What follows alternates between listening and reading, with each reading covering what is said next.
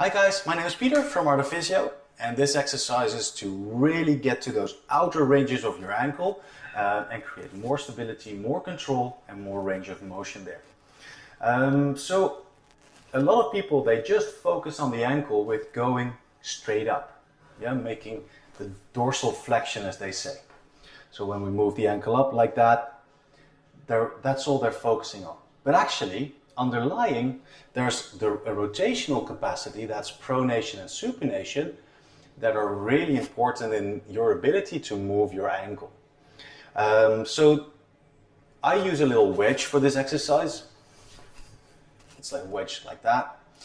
What you can also do is roll up a towel that looks like that and put that under your foot as a wedge. Whatever you do, it's fine as long as you get that little wedge going. So this exercise, you can either do it on one leg like this, or you can stand up like this. It just depends on what feels nicer for you. For me personally, I like this setup better, but some people, they like to do it like this. Yeah, either is fine. It's about what we do in the ankle. It's not about what you do with the rest of your body. All right, so there are a few movements in your ankle. There's a thing called pronation, that's a tilting that way. And there's a thing called supination, that's the movement that way. Sometimes you see that your ankle has a limited motion in one of them. And how you can check that is if you sit, you can put your heel on the floor and then tilt your ankle all the way that way or all the way that way. You'll notice that one of the movements is probably going to be like, that doesn't go as far as I wanted it to go. Or you can compare it to this side. Yeah, for me, both this is pretty okay. But I notice in this ankle that this one doesn't go as far into the supination movement. Yeah, for the pronation it's exactly the opposite. I'm going to show you both ways.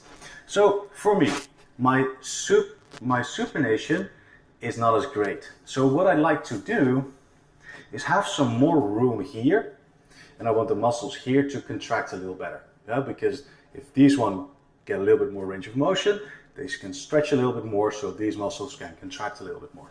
So what I need to do, I need to set up my stretch. So I stretch the stuff that's here on the outside, and I can contract the stuff here on the inside. So from the side, that looks like this. So I put my foot in a little on the wedge, so my big toe is a little bit higher than my small toe. From there, I'm going to scan the stretch, where I go like, hey, where do I feel the most stretch? And I want to feel it in this position, here on the back side. I don't want to feel any compression here on the front side, and everything I want it here. So I'm going to scan the stretch. So I can either go forwards or backwards with my knee, or I can twist my knee a little bit. So from the front side, that looks like that. So I'm actually twisting my hip a bit more. And generally, if you move your knee towards the pinky toe, that's where you feel the most stretch. But that can change per person, so by all means, find out and scan your stretch. So we're going to start here in this position, and then from there, go hold that for a little bit. You should feel quite a bit of stretch here, and after a while that will let go. That's about a minute. And then from there, we're going to actively flatten out our foot. So from the front side, I'm going to push my big toe. So my foot is now like that, and I'm going to see if I can flatten it out that way without changing any of the angles here in the rest of my leg. So I'm not going to do that, but I'm really going to see if I can push my foot by just rotating my ankle. What that will do, that will create a lot more tension here on the back, and that's good.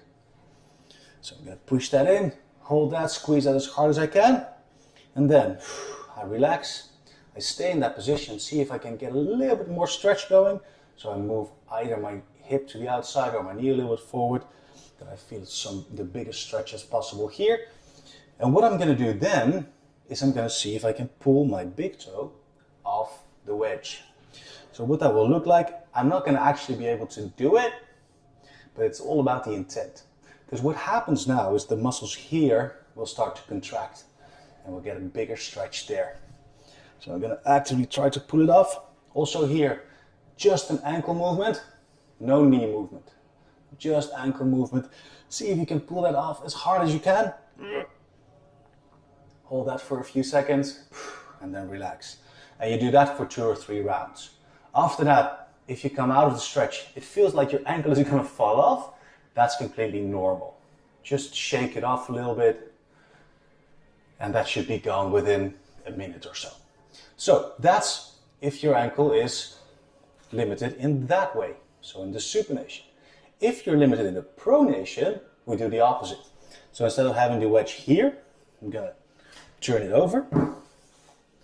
And I'm going to place the outside of the foot, so my pinky toe is now above my big toe. My foot is on the floor. So we want to feel this in the opening angle of my ankle.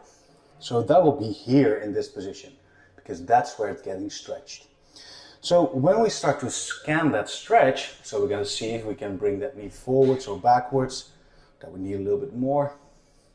We really want to feel it there. We want to keep the heel on the floor. We're just really going to scan that stretch, either by pushing that knee out, bring that knee a little bit forward. You can put your other foot wherever you want. So for me, that's about here. So now I really feel that stretch going on there. And we're going to do exactly the same as with the other exercise. So we're going to see if we can flatten out that foot by supinating now. And what that will do, that will cause a bigger stretch here on the inside in that area. So you're going to push that out, push, push, push, push, push. With everything you have, just an ankle movement, then you relax, and then we see if we can pull off that pinky toe with just moving the ankle. So you won't be able to pull off the knuckle of the small toe, but see if you can try it. And that will force the muscles that are here to contract really hard and get some more stretch there. So also that one you do for 2 or 3 rounds, and that should really help improve your range of motion and control in that ankle. Yeah, you can do this before your training, because afterwards, so do this half hour before your training, then your ankles feel very nice and smoothly, or combine it with your mobility flow. Yeah, good luck. If you have any questions, let us know.